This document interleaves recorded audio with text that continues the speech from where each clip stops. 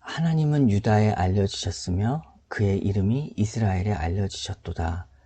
그의 장막은 살렘에 있으며 그의 처소는 시온에 있도다.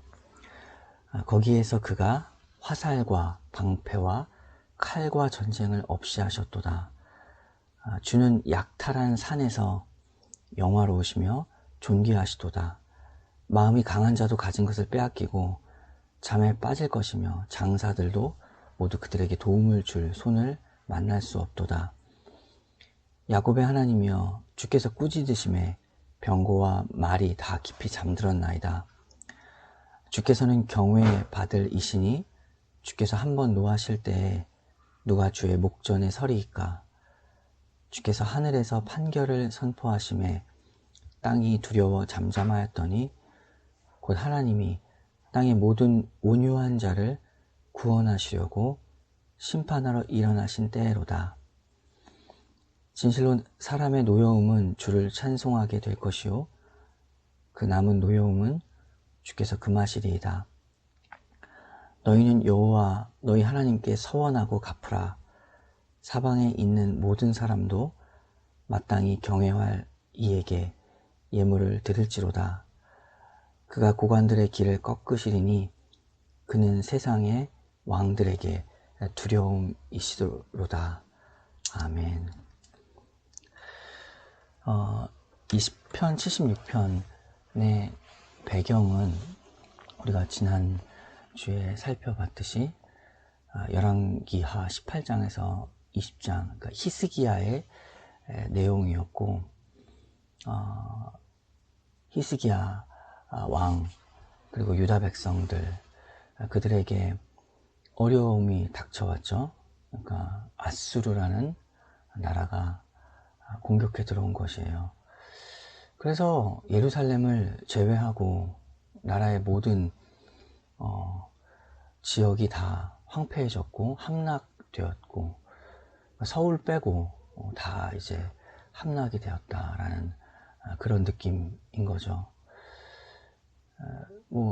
모든 지역을 다 함락했으니까 이제 마지막 남은 예루살렘 역시도 당연히 그 공격에 무릎을 꿇을 수밖에 없었는데, 그때 이제 히스기야가 그 아수르의 사네립이라는 그 사람의 농락 그리고 편지를 들고 그 편지를 여호와 앞에 꺼내놓고 기도했어요. 주님께 도와달라고 기도하자 이제 아수르 군대가 그날 밤에 18만 5천 명이 여호와의 사자에게 죽임을 당하는 사건, 그리고 그 이후에 하나님께 고백하는 내용이 바로 시편 76편이에요. 그런데 시편 76편은 아삽의 시라고 되어 있는데 74편부터 이어지는 아삽, 그리고 75편도 아삽, 그리고 76편도 아삽의 시인데, 74편에서 보면은 그가 하나님을 인식하기를 어떻게 인식했느냐, 그 아주 유명한 말이 있는데 히든 갓, 그러니까 숨어 계시는 하나님으로 처음에 인식했죠. 74편을 보니까 하나님이여, 74편 1절, 하나님이여 주께서 어찌하여 우리를 영원히 버리시나이까? 어찌하여 주께서 기르시는 양을 향하여 진노의 연기를 뿜으시나이까? 그러니까 우리를 버렸다. 그러니까 아무리 소리쳐도 듣지 아니하신다. 그러니까 숨어 계시는 하나님에 대한 인식이었죠. 근데 이 부분은 믿음의 길을 걸어가는 모든 이들이 한 번은 경험하게 되는 하나님의 이해할 수 없는 특성이에요. 숨어 계신다, 하나님이. 그러니까 아무리 부르짖고 우리의 상황이 어려운데 왜 대답하지 않으시지? 왜 응답하지 않으시지? 살아 계신가? 이런 질문은 평상시 때는 별로 안 해요. 그러니까 평상시 때 많은 것들이 공급되고 안정할 때는 하나님의 은혜 안에서 살아가는 게 이런 거구나 이러는데, 숨어 계시는 하나님, 히든 갓이라고 하는 그 내용은 고통 가운데 우리가 많이 경험하게 되는 거예요. 우리뿐만 아니라 과거에 있었던 그 믿음의 선배들 역시도 그 이름을 만들었죠. 그러니까 히든 가, 그러니까 숨어 계신다.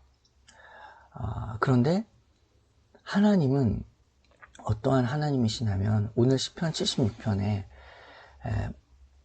내용과 같이 이렇게 되어 있죠. 하나님은 유다에 알려지셨으며 그의 이름이 이스라엘에 알려지셨도다 라고 하는 거죠.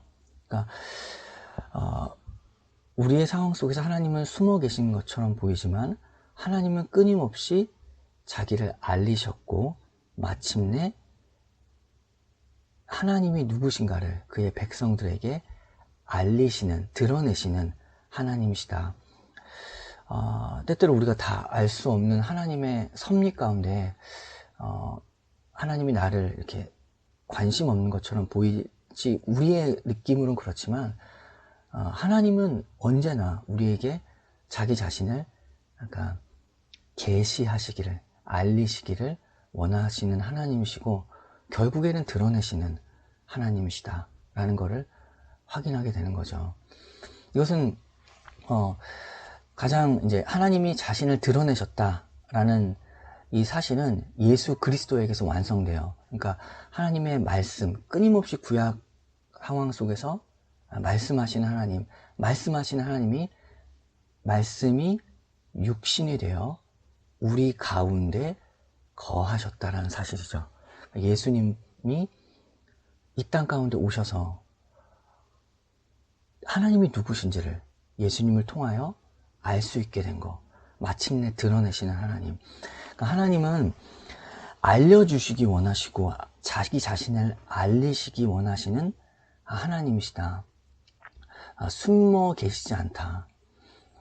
때때로 그 우리의 눈이 어두워서 못 보고 있는 게 많아요. 그런데 하나님은 언제나 거기 계셨고 그리고 크신 하나님, 큰 산과 같이 항상 거기 계신 하나님이다 라는 거죠. 그래서 시편 76편의 1절을 보면 이 개역 개정에서는 하나님은 유다에 알려지셨으며 그의 이름이 이스라엘에 알려지셨도다 라고 되어 있는데 이전에 이제 개역 한글과 NIV를 보면 이렇게 되어 있어요. 하나님이 유다에 알린 바 되셨으며 개역 한글은 그의 이름은 이스라엘의 크시도다 라고 되어 있죠. 그리고 NIV 역시도 His name is great in Israel 이렇게 되어 있어요. 근데 히브리어를 봐도 이렇게 크다라고 하나님의 이름이 크다라고 되어 있는 거예요. 그러니까 근데 그걸 왜 개역개정은 알려지셨다라고 번역을 했는가라면 하나님의 이름은 하나님은 크신 하나님이시기 때문에 하나님이 보이지 않을 수가 없는데 하나님은 크신 하나님으로 하나님의 존재가 드러난다라는 거죠. 숨어 있을 수가 없다라는 거예요. 하나님은 크신 하나님이기 때문에 우리의 생각이 우리가 고개를 돌린 것이지 하나님은 숨어 있을 수 없는 크신 하나님이시고 그 크신 하나님이 세상을 압도해서 하나님의 이름, 존재가 드러났다라는 거, 그러니까 크다라는 것이 알려졌다라고 이렇게 번역이 된 거죠. 그러니까 우리가 하나님을 생각할 때 되게 단순한 거고 어쩌면 아이들에게도 늘 말해 주어야 할 것인데 간단한 말이에요. 하나님은 크다. 하나님 크다. 크다라는 그 히브리어 가돌인데 그 뜻이 뭐냐면 진짜 크다는 거예요. 그러니까 높이와 질량과 양, 그 모든 것에서 하나님은 크다라는 사실을 꼭 기억해야 돼요. 그 아이들이 3일 전에 우리 집에서 개미가 발견돼가지고 개미를 잡으러 옆에 갔다가 모기한테 엄청 물렸는데 나도 3대나 물리고 그런데 이제 개미를 갖고 놀아요. 하람이가. 그러다 죽었어 개미가. 근데 개미만 생각해도 그냥 되게 단순한 개념인데 개미만 생각해도 이 성경책 하나 못 들죠. 개미가 성경책 하나 들 수가 없는데 우리는 그냥 너무 쉽게 이렇게 드는 거예요.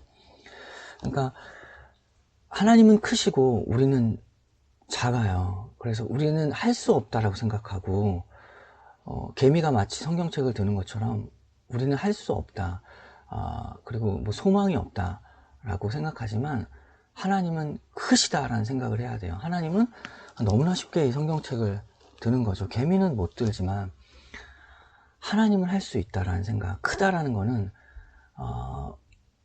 우리는 자꾸만 우리 스스로를 제한하고 뭐 그냥 이렇게 살다 가고 뭐 작은 것들만 하다가 지나가는 것처럼 보이지만 우리는 작지만 하나님은 항상 크다라는 생각, 그것을 늘 명심해야 돼요. 하나님 크다라는 사실.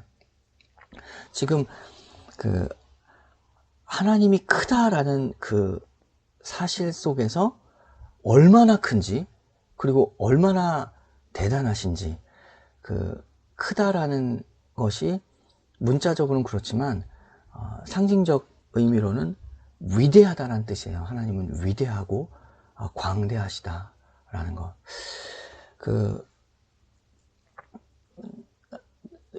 우리 딸 얘기를 계속하면 안 되겠지만 딸이 자기를 얼마나 좋아하냐, 자기를 나를 얼마나 사랑하냐 그러더라고. 그래서 내가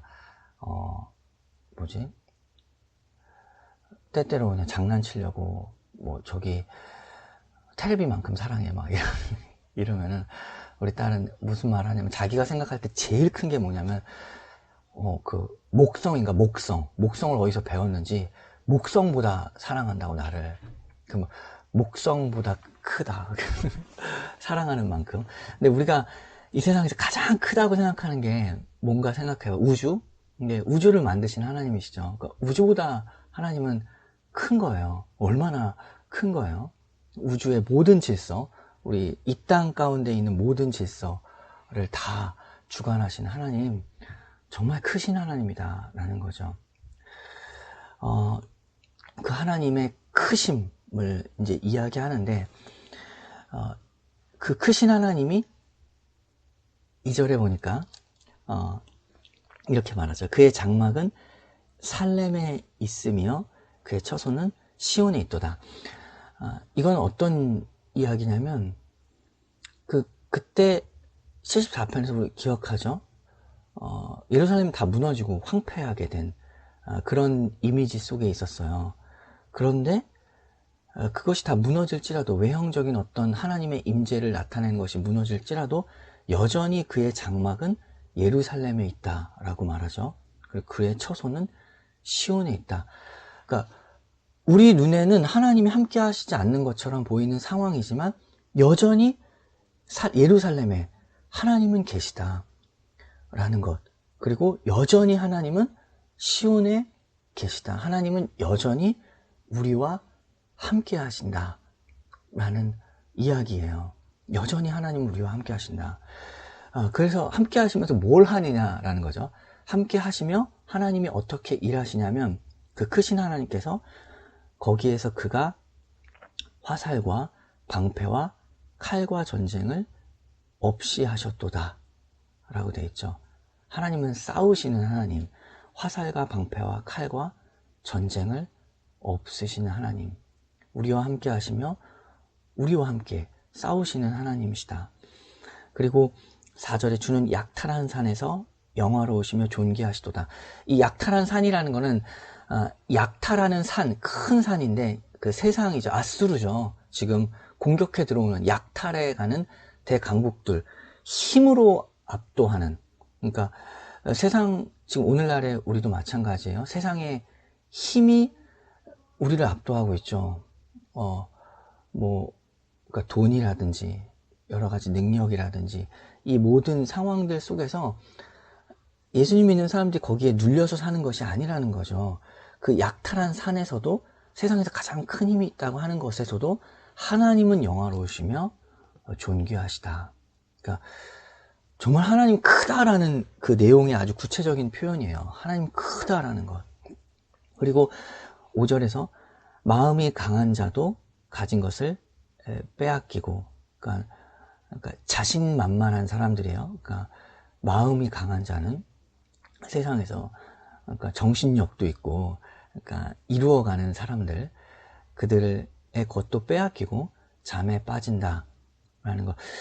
그 마음이 강한 자라는 거는 이 사내립에 대한 그 얘기거든요. 사내립이 굉장히 교만하게 이스라엘에게, 그 유다 백성들에게 말해요. 그리고 농락한단 말이에요.